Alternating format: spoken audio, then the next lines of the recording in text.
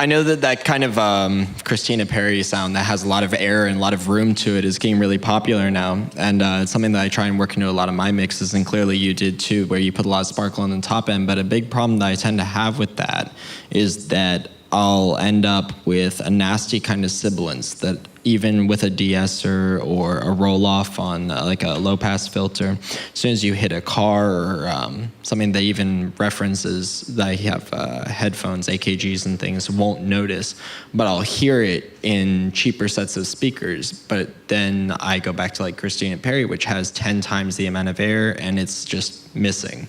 You don't hear that nasty sibilance anymore.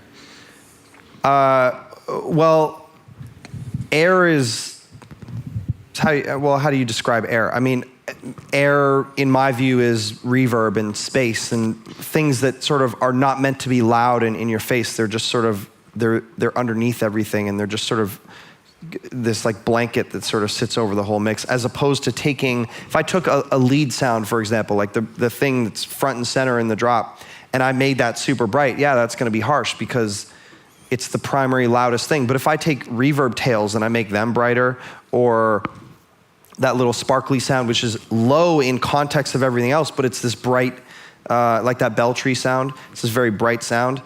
It doesn't need to be loud and in your face, because all of those little layers that as you finish a mix and you polish it and you put that all together, they all add up and you get that brightness without it being in your face and right there. So sometimes not always about the main sound being bright and harsh.